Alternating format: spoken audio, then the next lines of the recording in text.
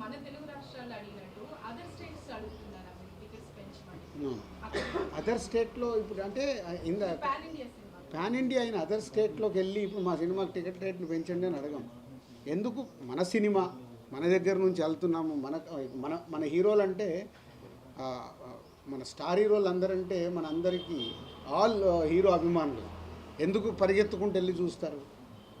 ఈ culture other దగ్గర లేదు. ఎంత పెద్ద సినిమా అయినా మానీషో నుంచి వెళ్ళడం విపరీతమైన క్రేజ్తో వచ్చినప్పుడు ఉంటుంది తప్పితే మామూలు స్లోగానే ఉంటుంది అదర్ స్టేట్స్లలో. ఆల్రెడీ ఉన్నాయి. ఇప్పుడు మల్టీప్లెక్స్లలో చూస్తే వాళ్ళకు ఆల్రెడీ ఉన్నాయి కాబట్టి వెళ్ళి అడగాల్సిన అవసరం కూడా పడదు. ఇజ్రాయిల్ అసలు 100% దాని గురించి ఆలోచించాల్సిన అవసరం లేదు. రెండు సినిమాలు మా ప్రొడక్షన్ అయినా సితారా కూడా మా ప్రొడక్షన్. మీకు తెలిస్తే సితారా సినిమాలన్నీ ఎప్పుడు మేము రిలీజ్ చేస్తాయి. చిన్నబాబు గారు close friend to me, Vamsi brother to me. So అది మా సొంత కంపెనీ లాగే. 3 సినిమాలకు కరెక్ట్గా ఉంటాయి ఎలా ఏ సినిమాని బట్టి. అందుకే జాగ్రత్తగా ఏంటి మాకు అండర్స్టాండింగ్ ఉంది కాబట్టి 10th, 12th, 14th 3 సినిమాలు వచ్చినా 2 రోజులు గ్యాప్ పెట్టుకొని ఎలా డిజైన్ చేయొచ్చు అనేది చేసుకున్నాం.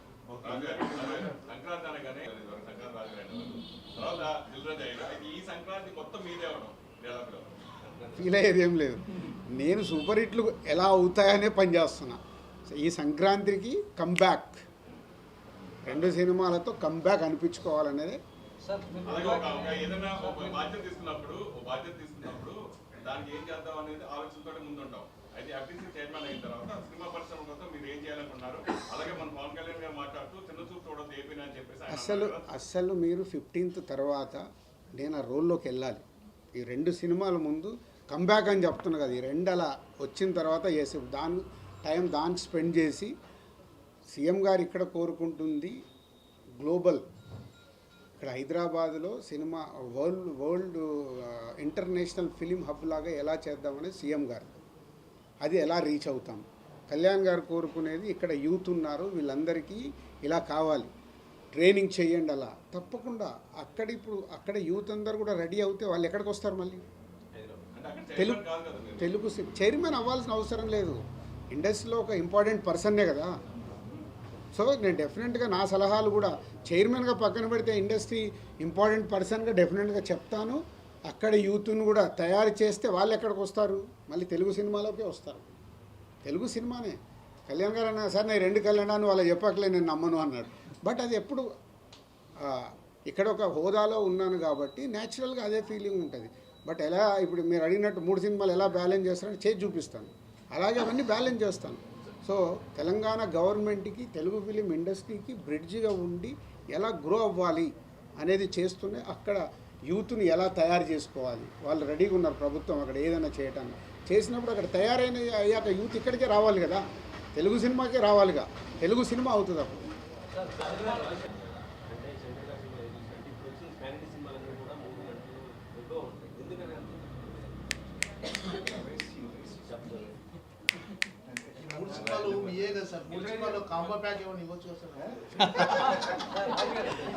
మీడియా వాళ్ళకి ఇద్దాం. మీడియా వాళ్ళకి సంక్రాంతి స్పెషల్ కాంబో. సినిమా రాజకీయ నేపథ్యం ఇప్పుడు సినిమా మొత్తం రాజకీయాలన్నీ తిరుగుతున్నాయి. సినిమా రిలీజ్ తర్వాత ఆ ఇంపాక్ట్ ఎలా ఉంటుంది? ఇప్పటికే రాజకీయంగా విమర్శలు ప్రతి విమర్శలు జరుగుతున్నాయి. సినిమా ఇండస్ట్రీకి రాజకీయ రంగం కుళ్ళొద్దని కాదండి. ఈ కథ 4 ఏళ్ల క్రితం రాసుకుంది. ఒక నిమిషం. ఆయన 4 ఏళ్ల క్రితం రాసుకుంది. ఆపాదించుకునే వాళ్లకు నెగిటివ్గా నేను ఎప్పుడు చెప్తాను కదండి, భూతద్దం పెట్టుకొని నెగిటివ్గా వెతుకుతే అలాగే కనిపిస్తుంది. సినిమా అనేది ఫర్ ఎంటర్టైన్మెంట్. వెళ్ళామా, ఎంజాయ్ చేసామా, వచ్చామా అన్నే. కానీ లేదా ఇది మనోడి కోసం రాసినట్టున్నాడు అని నువ్వు ఫీల్ అవుతావు. ఇది వాళ్ళ కోసం రాసినట్టున్నాడు. అది కాదు. సినిమా ఫర్ ఒక పొలిటీషియన్, ఒక ఐఏఎస్ ఆఫీసర్ అండ్ ఒక పొలిటీషియన్ మధ్యలో జరిగే టిట్ ఫర్ ట్యాట్ ఆటోమేటిక్ ఉంటాయి కదా. నువ్వు చాలా వెనకబడి ఉన్నావు, ప్రతి సినిమాలు వేస్తావు.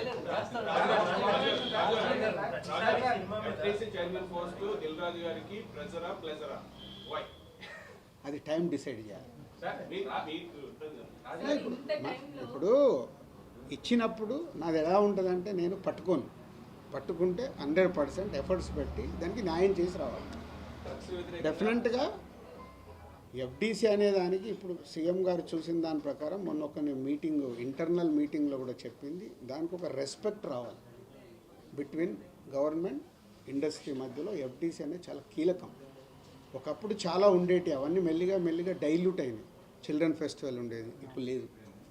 ఎలా చిల్డ్రన్ ఫెస్టివల్ తీసుకురావాలి, ఎలా అంటే దాన్ని ఒకటిగా యాడ్ చేస్తూ దాన్ని అద్భుతంగా చేయాలని ఒక విజన్తో పనిచేస్తున్నాం. బట్ రిజల్ట్ రాకుండా ముందు మాట్లాడితే కరెక్ట్ కాదు. ఒక విజన్ అయితే ఉంది, ప్లానింగ్.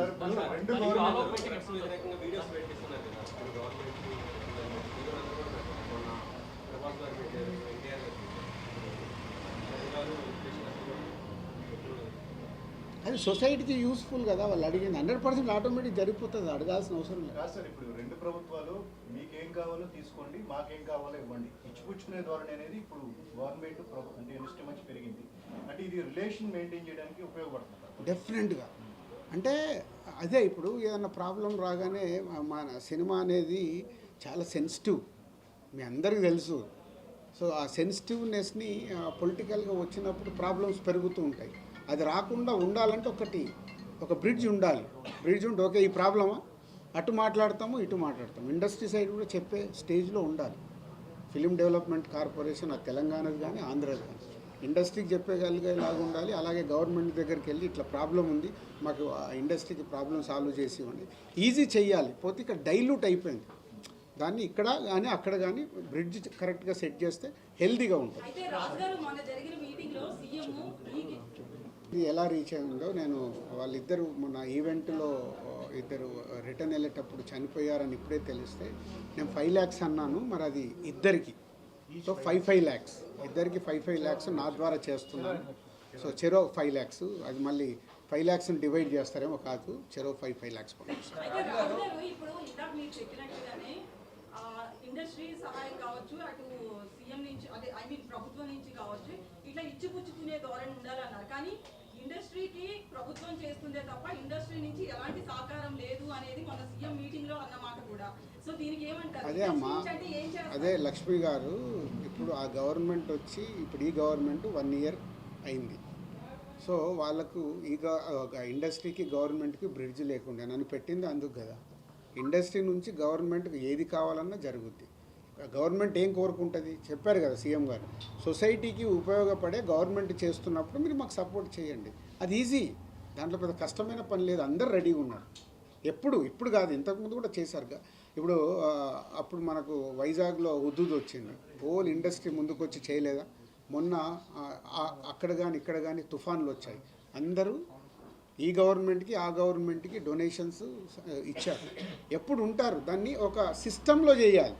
అది ఏమవుతుందంటే చిన్న గ్యాప్ రాగానే టక స్టోన్స్ పడుతున్నాయి, పడకుండా జాగ్రత్తగా పడుతూ దాన్ని ఎలా బ్రిడ్జ్ చేస్తామనేది ఇంపార్టెంట్.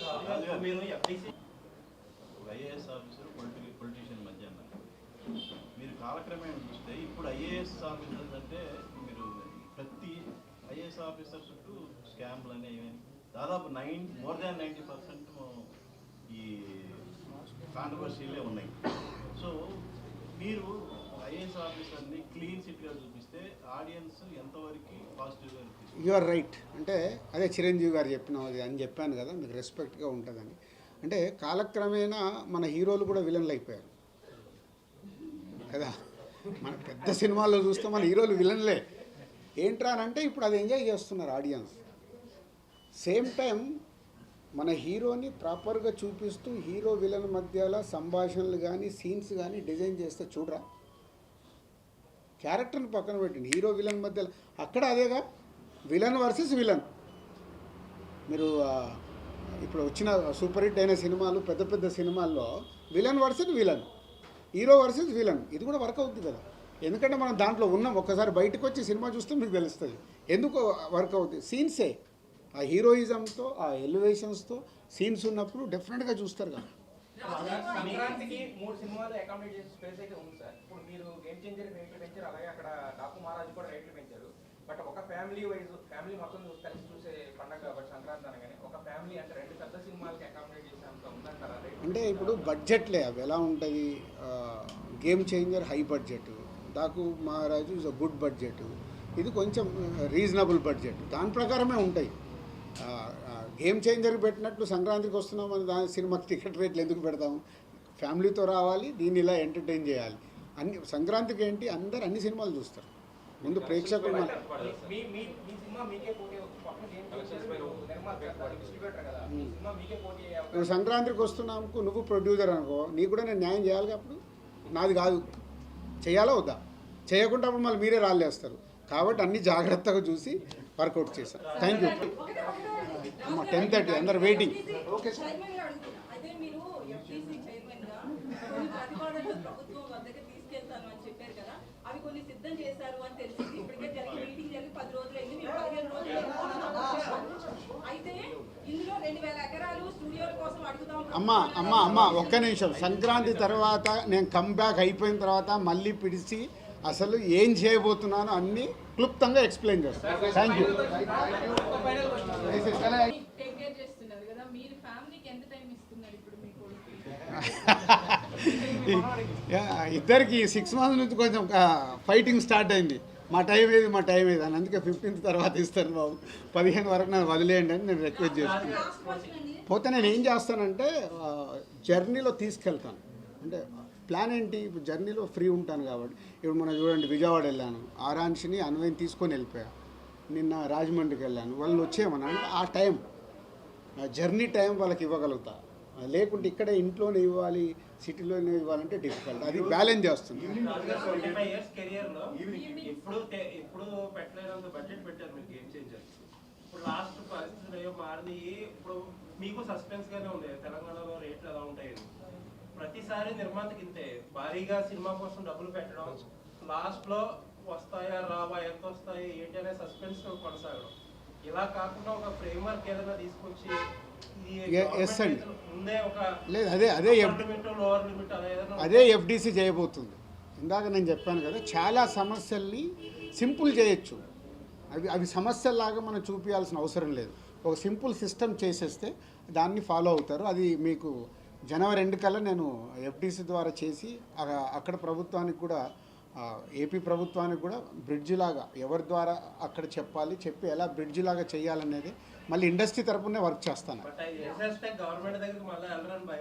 అట్లేముండదు. ఇదే అండి, మళ్ళీ ఒకటి పాజిటివ్ మాట్లాడతాం మనమే, ఇంకోటి నెగిటివ్ చెప్తాం. ఏదో ఒకటి మనం దాని మీద నిలబడదాం. ఏసి ఇలా ఉంటే బాగుంటుంది అంటే దాని మీదే వెళ్దాం. మళ్ళీ ఇలా అయితే ఇలా అవుతుందేమో అలాంటి హెడ్లైన్స్ వస్తాయి, థంబ్ లైన్సే వస్తాయి.